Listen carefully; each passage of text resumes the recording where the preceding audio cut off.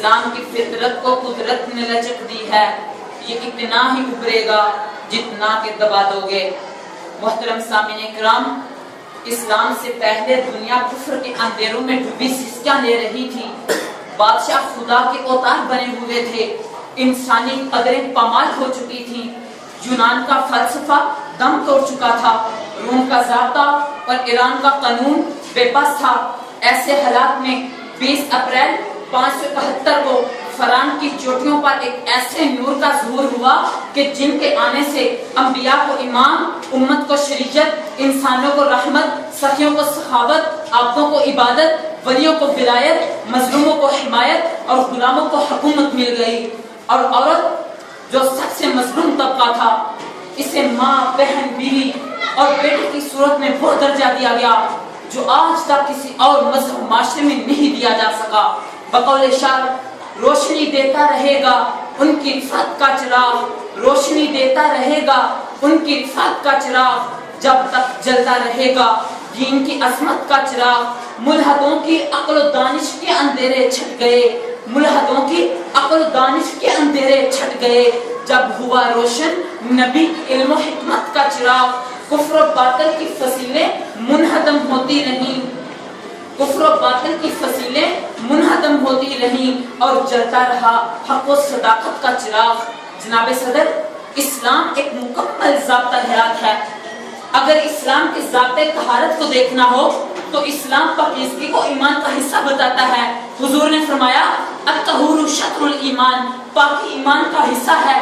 اگر اسلام کے ضابطۂ تجارت کو دیکھنا ہو تو قرآن نے تجارت کے بارے میں یوں کہا احل اللہ البیع وحرم الربا، اللہ نے تجارت کو حلال اور سود کو حرام کر دیا۔ اگر اسلام کے ضابطۂ جہاد کو دیکھنا ہو تو حضرت ابو بکر کو دیکھ لو کہ جن کے بیٹے نے اسلام لانے کے بعد کہا ابا جان بدر میں آپ میری تلوار کے نیچے تھے لیکن میں نے آپ کو چھوڑ دیا، تو ابا جان نے کہا بیٹا اگر تو میری تلوار کے نیچے آ جاتا تو میں تجھے کبھی نہ چھوڑتا۔ اگر اسلام کے ضابطۂ ادب کو دیکھنا ہو تو ابو بکر حضرت عمر فاروق اپنے بیٹے کو مجمع عام میں کوڑے مارنا دیکھ لو۔ میرے بھائیو، اسلام کا ضابطۂ حیات تو یہ ہے کہ نبی نے اپنے سارے چچا کے 17 ٹکڑے کرنے والے وحشی بن حرب کو تو معاف کر دیا، لیکن آج ہم اپنے ہی مسلمان بھائیوں کا قتل عام کر رہے ہیں۔ اسلام کا ضابطۂ حیات تو یہ ہے کہ الطہور شطر الایمان، پاکی ایمان کا حصہ ہے، لیکن آج ہم مغرب کے بے حیا، بے شک گندے لوگوں کی طرح کھڑے ہو کر پیشاب کرنے کو فیشن کہتے ہیں۔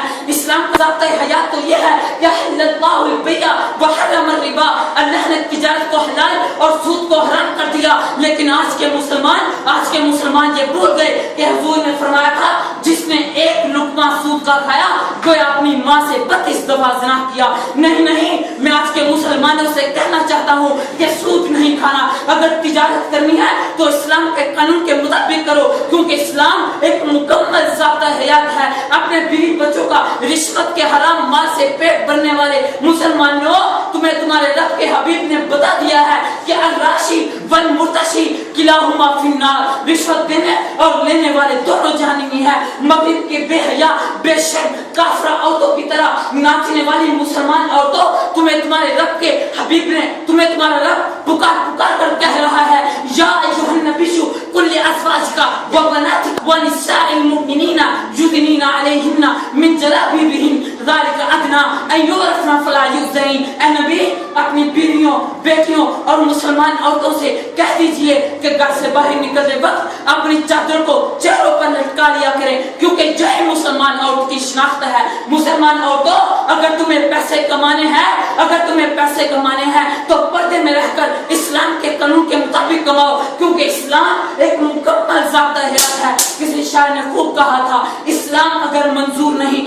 قرآن اگر دستور نہیں، اسلام اگر منظور نہیں، قرآن اگر دستور نہیں، پھر لعنت ہے اس آزادی پر، یہ ملک و لشکر کچھ بھی نہیں۔